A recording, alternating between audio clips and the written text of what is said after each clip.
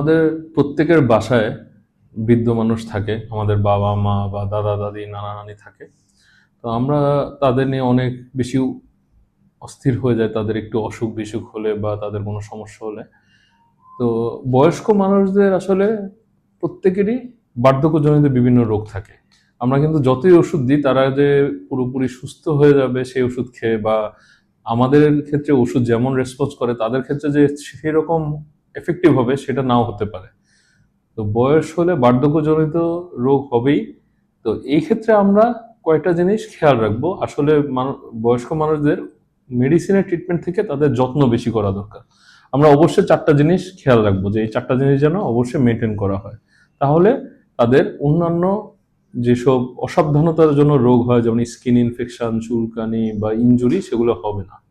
যেমন তাদের খাওয়া দাওয়া যেন রেগুলার খায়। 2 নাম্বার হচ্ছে তারা যেন ঠিক মতো ঘুমায়, তাদের ঘুমটা এনশিওর করতে হবে। তারপর তাদের গোসল পরিষ্কার পরিচ্ছন্নতা এনশিওর করতে হবে। 4 নাম্বার হচ্ছে তাদের যেন বাথরুম প্রস্রাব পায়খানা ঠিক মতন হয়, রেগুলারলি হয়, সেটাও এনশিওর করতে হবে। এই 4টা জিনিস যদি আমরা খেয়াল রাখি তাহলে কিন্তু তাদের অনেক কষ্ট দূর হবে এবং তাদের অনেক অযাচিত যে রোগগুলো হয়, যেমন স্কিন ইনফেকশন, ইনজুরি, তারা ইরিটেট থাকে, বিরক্তি ভাব নিয়ে থাকে, হতাশ থাকে, এগুলো কম হবে।